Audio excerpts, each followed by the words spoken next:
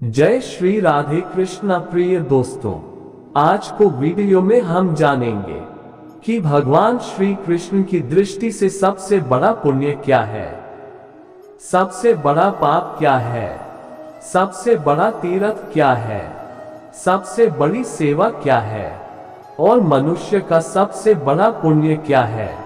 तो दोस्तों, भगवान श्री कृष्ण की इस बात को जानने के लिए आप इस वीडियो को अंत तक जरूर देखें, तभी आप ये पूरी बात समझ पाएंगे।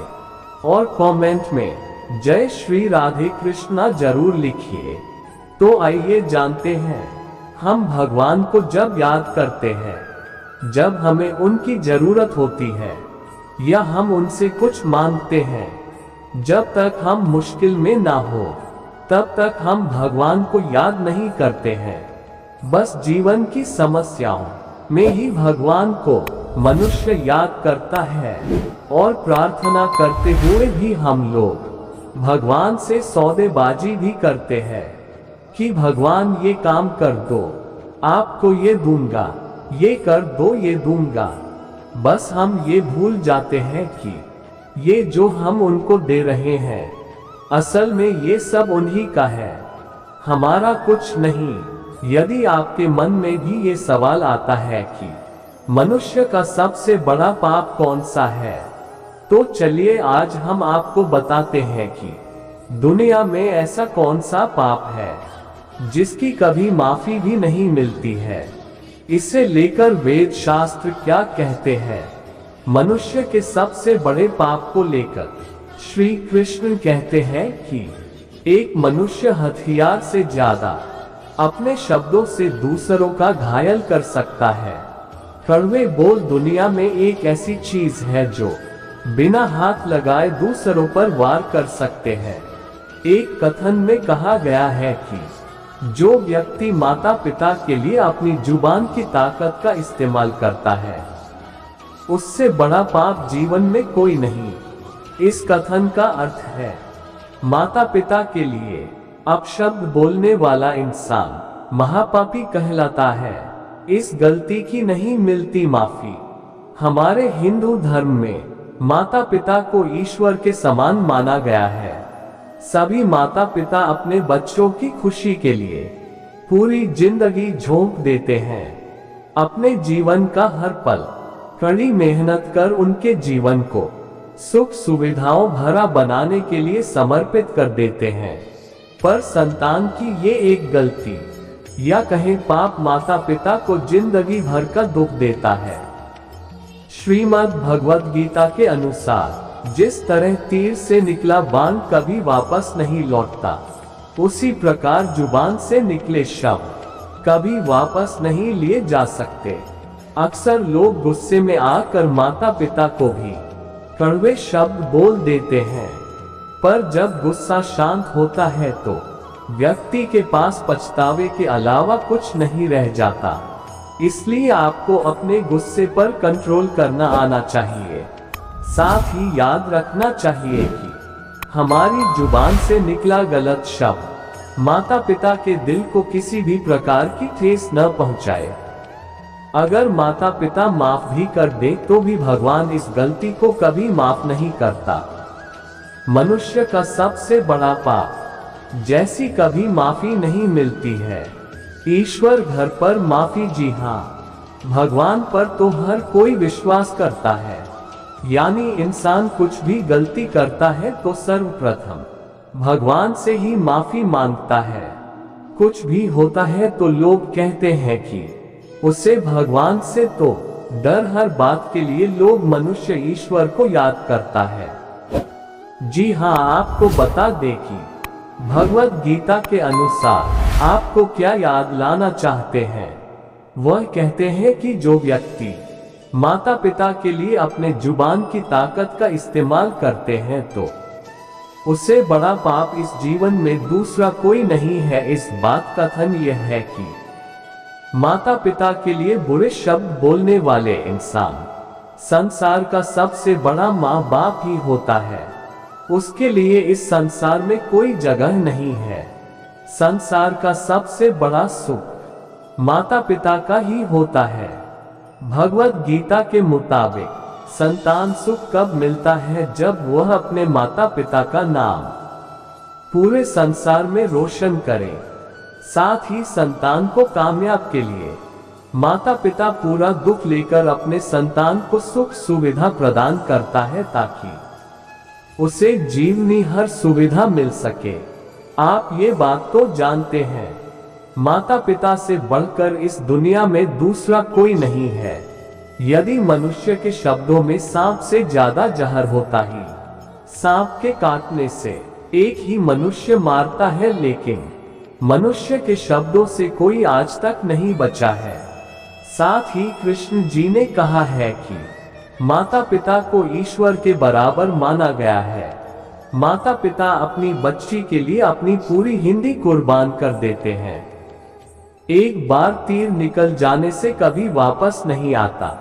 इस प्रकार आपके मुंह से शब्द कभी वापस नहीं लिए जा सकते हैं।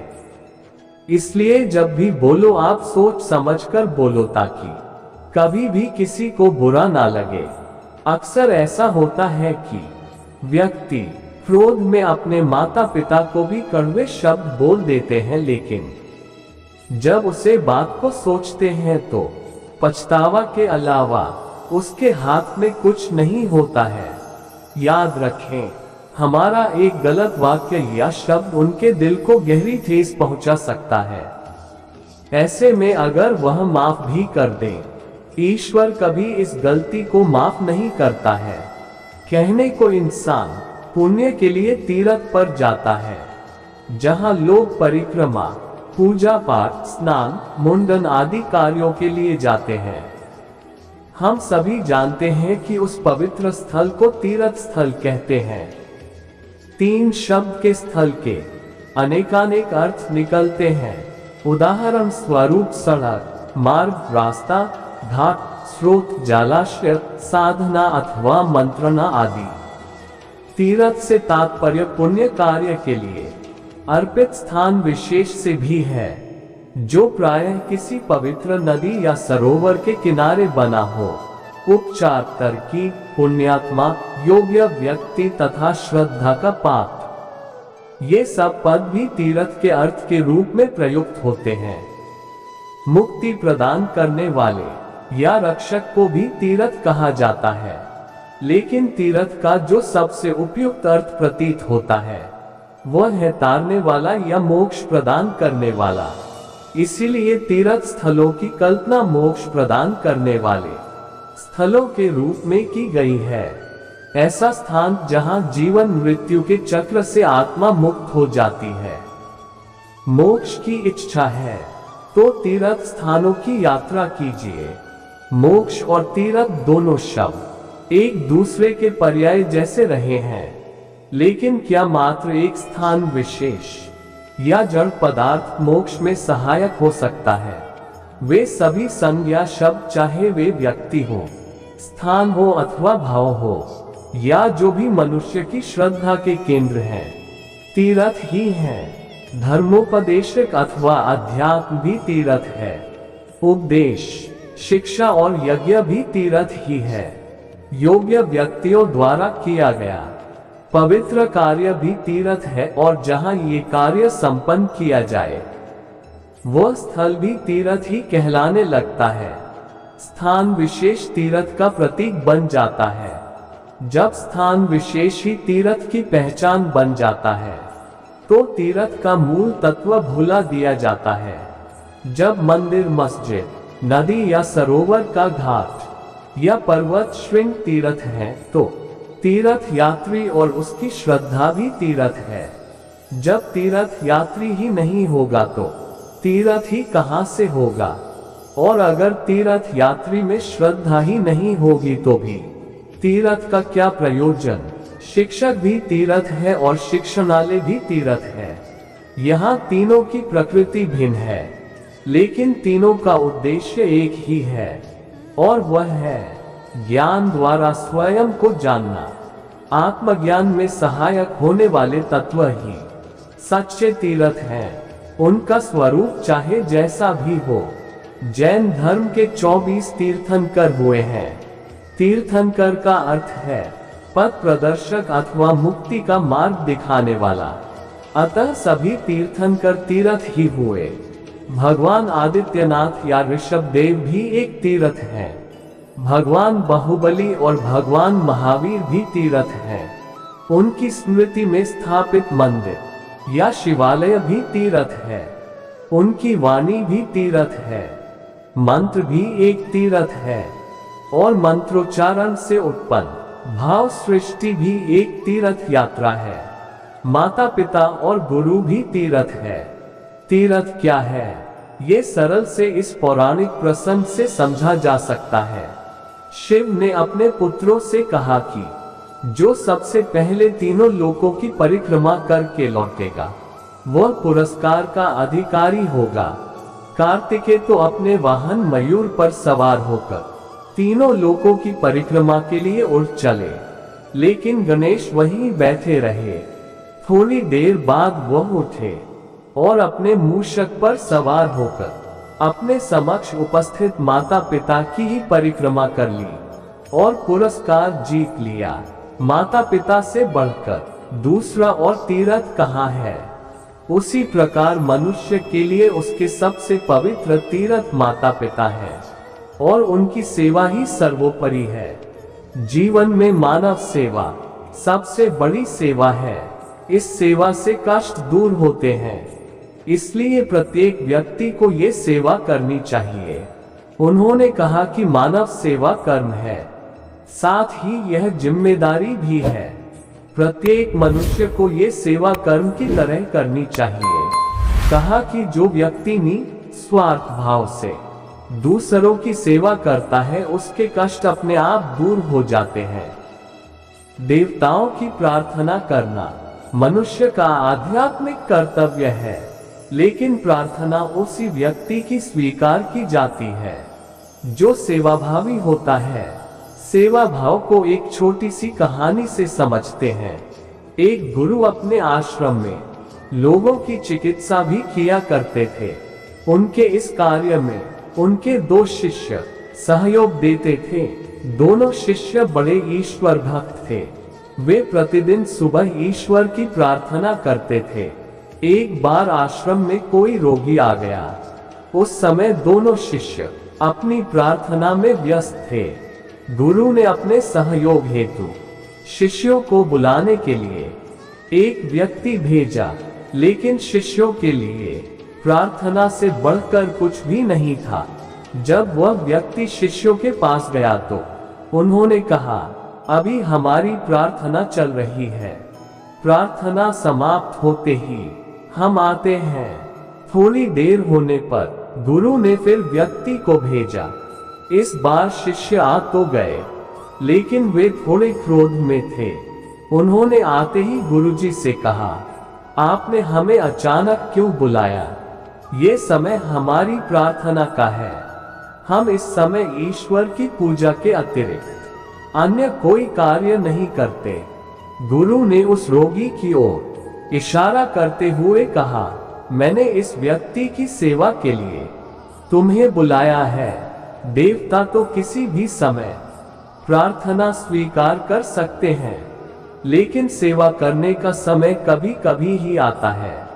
सेवा प्रार्थना से ऊंची है, क्योंकि देवता भी यदि किसी की सेवा करना चाहे तो नहीं कर सकते। उन्हें भी सेवा करने के लिए मनुष्य शरीर धारण करना पड़ेगा। जो मनुष्य सेवा करता है उसकी अल्प समय की प्रार्थना को भी देवता स्वीकार कर लेते हैं। गुरु की बात को समझकर शिष्य अपने कृत्य पर लज्जित हुए और उस दिन से प्रार्थना से अधिक महत्व सेवा को देने लगे। वे समझ चुके थे कि देवताओं की प्रार्थना करना मनुष्य का आध्यात्मिक कर्तव्य है, लेकिन प्रार्थना के कारण किसी को पीड़ा हो तो देवता भी उस प्रार्थना को स्वीकार नहीं करते। प्रार्थना उसी व्यक्ति की स्वीकार की जाती है जो सेवाभावी होता है। सेवा भाव एक ऐसा भाव है जो मनुष्य को देवत्व का स्थान दिला देता है। मनुष्य से देवता बन जाना आसान नहीं है, लेकिन इस भाव को क्रियान्वित करना सहज भी नहीं है, चूंकि यही वह भाव है जो मनुष्य को अति विनम्रता की सीढ़ी से गुजरने को कहता है। उस सीढ़ी के पायदान पर पैर सभी नहीं रख पाते। ऐसा नहीं है कि उस पायदान पर पांव रखने के लिए उसे ज्ञान की कमी है, किंतु उसकी सोच उस स्थिति में संकुचित पड़ जाती है। मन का दर्प उसे घेर लेता है, अहम की भावना उसे जकड़ लेती है, छोटे बड़े का सवाल खड़ा हो जाता है, ऊंच नीच की भावना जागृत होने लगती है, कथनी करनी में नहीं बदल पाती। जैसे राह चलते किसी आदमी को कोई मिल जाता है और उसे उस आदमी से सेवा की उपेक्षा रहती है, परंतु वह आदमी जानबूझकर उसकी उपेक्षा करता है, जबकि उसे पता होता है कि सेवा भाव बड़ा धर्म है। एक शिक्षक गांधी जी की सेवा भाव को जानता भी है, वर्ग में छात्रों को पढ़ाता भी है, किंतु वह उस कार्य को करने के लिए तत्पर नहीं दिखता। मदर टेरेसा जैसे व्यक्तित्व पर व्याख्यान देने के लिए कहा जाए तो कोई अपनी विद्वता के बल पर ढेर सारी बात उगल सकता है, किंतु पर उपदेश कुशल बहुतेरे सेवा औरों की ही नहीं होती है, अपनों एवं स्वयं की भी होती है, जिसका ज्ञान अपेक्षित होना स्वभावत होता है। ये जानकर कि हमने जीवन को क्या दिया, मनुष्य कदम कदम पर औरों की सेवा कर सकता है, बशर्ते कि उसमें सेवा भाव की जड़ जमी हो। जैसे कि मैं गाड़ी से गुजर रहा हूँ और किसी ने हाथ का इशारा कर कुछ दूर छोड़ने की बात कही, पर मैं उसे टाल देता हूँ, जबकि इतना करना असहज नहीं है। असहजता तभी पैदा होती है जब हमारी भावना वैसी नहीं होती है, किसी के व्यक्तित्व को तौलने लग जाते हैं, मनुष्यता की पहचान न कर पशुता की ओर अग्रसर हो जाते हैं। यदि मनुष्यता की कसौटी पर खड़े होने की प्रवृत्ति जगने लगे तो पशुता धीरे धीरे खत्म हो जाती है और स्वयं सेवा भाव मजबूत होने लगता है। हर कोई सेवादार नहीं हो सकते तो कम से कम मनुष्य तो हो ही सकता है। देवत्व को प्राप्त नहीं कर सकता तो इंसानियत को प्राप्त कर ही सकता है। प्रत्येक व्यक्ति के जीवन में कभी ऐसा भी क्षण आता है जब दूसरे की सेवा कर देते हैं। उस घड़ी को भी याद करने की जरूरत होती है और उससे अपनाने की भी। दूब पर सभी चलते हैं, दूब सभी के पांव चूमता है, वह हमेशा विद्यमान रहता है। बड़े पेड़ या घास हमेशा नहीं रहते, या तो उन्हें काट दिए जाते हैं या साफ कर दिए जाते हैं। सेवा भाव दूब की तरह जीने में है, बड़े पेड़ की तरह अकने में नहीं। कोई सिर्फ बड़ा हो सकता है, सभी सेवा भाव को तरसते हैं। हर तनाव और खिंचाव की जड़ में सेवा भाव की कमी पाई जाती है। यदि सबों में यह भाव जग जाए तो संसार ही राममय हो जाएगा, लेकिन वैसे व्यक्तित्व को कितने लोग अपना पाते हैं। सेवा भाव की आवश्यकता समग्रता में है, एकाग्रता में नहीं। धर्म के अनुसार दैनिक और नैमित्तिक कर्म करने से संपूर्ण पुण्य प्राप्त होता है, जो समाज के लिए भलाई के रूप में उपयोगी होता है। इसके अलावा निष्काम कर्म भी सबसे बड़ा पुण्य माना जाता है, जो आपके स्वयं के लिए नहीं बल्कि दूसरों के लिए किया जाता है। धर्म के अनुसार सबसे बड़ा पुण्य सक्रिया या आचरण से होता है, जो समाज के लाभ के लिए किया जाता है, जैसे कि गरीबों या बेसहारा लोगों की सहायता करना, जीवन बचाना, स्वच्छता बढ़ाना और विश्वास की रक्षा करना। धर्मों के अनुसार सबसे बड़ा पुण्य भी उस कार्य से होता है जो ईश्वर को प्रसन्न करता है या उससे निकटता बढ़ाता है, जैसे कि पूजा, ध्यान, दान, यज्ञ और अन्य धार्मिक क्रियाएं। विभिन्न धर्मों में इन दोनों प्रकार के पुण्य के महत्व को अलग अलग रूप से व्याख्या किया जाता है। हालांकि सबसे बड़ा पुण्य वह होता है जो निस्वार्थ होता है और सभी जीवों के लाभ के लिए किया जाता है। सबसे बड़ा बनना काम क्या है? मित्रों, सबसे बड़ा पुण्य कर्म ये है कि आप सभी जीवों से लगाव रखें, प्रेम करना सीखें, अपनों से ज्यादा दूसरों को प्रेम बांटे, यही है सबसे बड़ा पुण्य का काम। पुण्य का महत्व को और अच्छे से समझते हैं।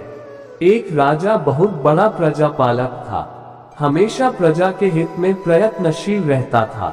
वह इतना कर्मठ था कि अपना सुख, ऐशो आराम सब छोड़कर सारा समय जन कल्याण में ही लगा देता था। यहाँ तक कि जो मोक्ष का साधन है अर्थात भगवत भजन, उसके लिए भी वह समय नहीं निकाल पाता था। एक सुबह राजा वन की तरफ भ्रमण करने के लिए जा रहा था कि उसे एक देव के दर्शन हुए। राजा ने देव को प्रणाम करते हुए उनका अभिनंदन किया और देव के हाथों में एक लंबी चौड़ी पुस्तक देखकर उनसे पूछा, महाराज, आपके हाथ में यह क्या है?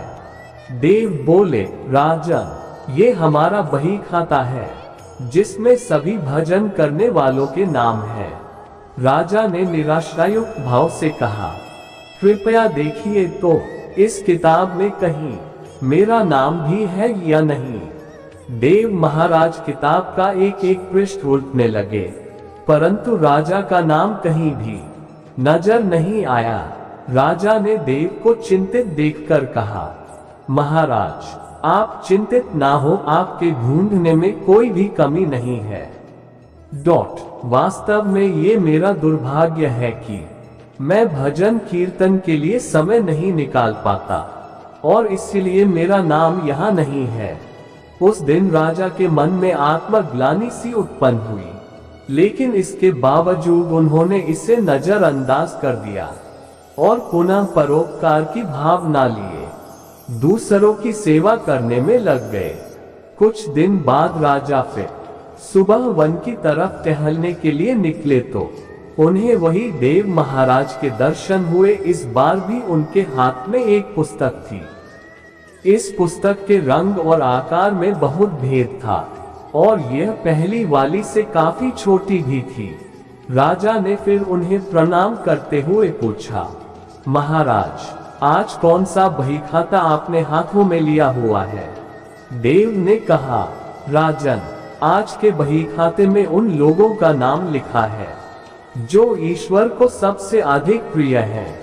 राजा ने कहा, कितने भाग्यशाली होंगे वे लोग, निश्चित ही वे दिन रात भगवत भजन में लीन रहते होंगे। क्या इस पुस्तक में कोई मेरे राज्य का भी नागरिक है? देव महाराज ने बही खाता खोला और ये क्या, पहले पन्ने पर पहला नाम राजा का ही था। राजा ने आश्चर्यचकित होकर पूछा, महाराज, मेरा नाम इसमें कैसे लिखा हुआ है? मैं तो मंदिर भी कभी कभार ही जाता हूँ। देव ने कहा, राजन, इसमें आश्चर्य की क्या बात है? जो लोग निष्काम होकर संसार की सेवा करते हैं, जो लोग संसार के उपकार में अपना जीवन अर्पण करते हैं, जो लोग मुक्ति का लोभ भी त्याग कर प्रभु के निर्बल संतानों की सेवा सहायता में अपना योगदान देते हैं, उन त्यागी महापुरुषों का भजन स्वयं ईश्वर करता है। ऐ राजन, तू मत पछता कि तू पूजा पाठ नहीं करता, लोगों की सेवा कर, तू असल में भगवान की ही पूजा करता है। परोपकार और निस्वार्थ लोक सेवा किसी भी उपासना से बढ़कर है। देव ने वेदों का उदाहरण देते हुए कहा, कुर्वन्नेवे कर्माणि जिजीविषेच्छः समाः एवान्त्वाप्नान्यतो अस्ति व कर्म लिप्यते नरे। अर्थात कर्म करते हुए 100 वर्ष जीने की इच्छा करो तो कर्म बंधन में लिप्त हो जाओगे। राजन, भगवान दीन दयालु हैं, उन्हें खुशामद नहीं भाती बल्कि आचरण भाता है। सच्ची भक्ति तो यही है कि परोपकार करो, दीन दुखियों का हित साधन करो। अनाथ, विधवा, किसान व निर्धन आज अत्याचारियों से सताए जाते हैं। इनकी यथाशक्ति सहायता और सेवा करो और यही परम भक्ति है। राजा को आज देव के माध्यम से बहुत बड़ा ज्ञान मिल चुका था और अब राजा भी समझ गया कि परोपकार से बड़ा कुछ भी नहीं और जो परोपकार करते हैं वही भगवान के सबसे प्रिय होते हैं। मित्रों, जो व्यक्ति निस्वार्थ भाव से लोगों की सेवा करने के लिए आगे आते हैं, परमात्मा हर समय उनके कल्याण के लिए यत्न करता है। हमारे पूर्वजों ने कहा भी है, परोपकाराय पुण्याय भवति, अर्थात दूसरों के लिए जीना, दूसरों की सेवा को ही पूजा समझकर कर्म करना, परोपकार के लिए अपने जीवन को सार्थक बनाना ही सबसे बड़ा पुण्य है। और जब आप भी ऐसा करेंगे तो स्वतः ही आप वो ईश्वर के प्रिय भक्तों में शामिल हो जाएंगे। उम्मीद है आज की वीडियो में दी गई ज्ञान की बातों को आप अपने जीवन में अमल करके आप अपने जीवन की समस्याओं से मुक्ति प्राप्त कर लेंगे और अपना जीवन सुखद व्यतीत करेंगे। ऐसे ही वीडियो को पाने के लिए यदि आपने अपने इस चैनल को सब्सक्राइब नहीं किया है तो जल्दी से सब्सक्राइब कर ले और लाइक शेयर करना ना भूले। शुक्रिया। राधे राधे। राधे कृष्णा।